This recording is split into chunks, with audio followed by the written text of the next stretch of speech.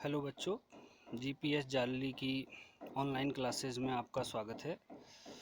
पिछले 2 लेक्चर में आप इस पाठ को लयबद्ध तरीके से बोलना, इसके कठिन शब्द, इसके शब्दार्थ, इसके विलोम शब्द आदि अनेक चीज़ें सीख चुके हैं।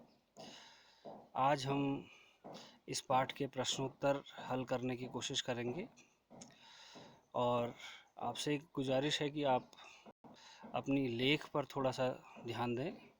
बाकी आप अपने कार्य ऑनलाइन मुझे दिखा रहे हैं, तो आज प्रश्नोत्तरों की तरफ चलते हैं।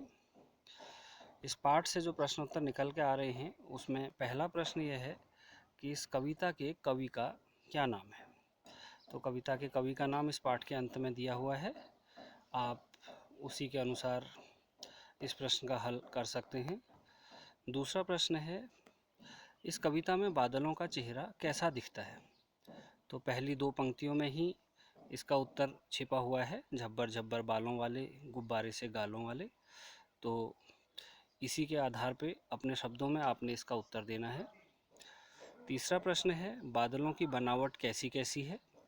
तो बादलों की बनावट इसमें अनेक तरीके से निकल के आती है, उसमें चित्र भी बने हैं पाठ में आपके, और बहुत सी पंक्तियों में इस बादलों की बनावट के बारे में लिखा गया है, तो आप उसी के अनुसार इस प्रश्न का उत्तर देंगे।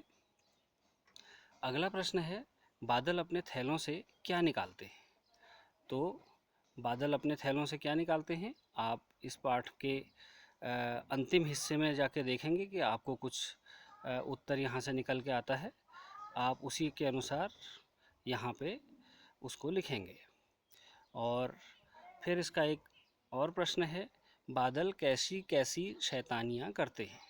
तो बादल कैसी कैसी शैतानियाँ करते हैं, इसका उत्तर आप बादलों की शैतानियाँ जैसे कभी नदी नालों में बाढ़ लाते हैं, झरझर झर पानी बरसाते हैं, कभी छिप जाते हैं। तो इस तरीके के जो इसके उत्तर निकल के आ रहे हैं उन्हें आप अपने कॉपी में करेंगे, और इन प्रश्नों को हल करने के बाद आप मुझे इनको व्हाट्सएप के माध्यम से ऑनलाइन दिखाएंगे। धन्यवाद।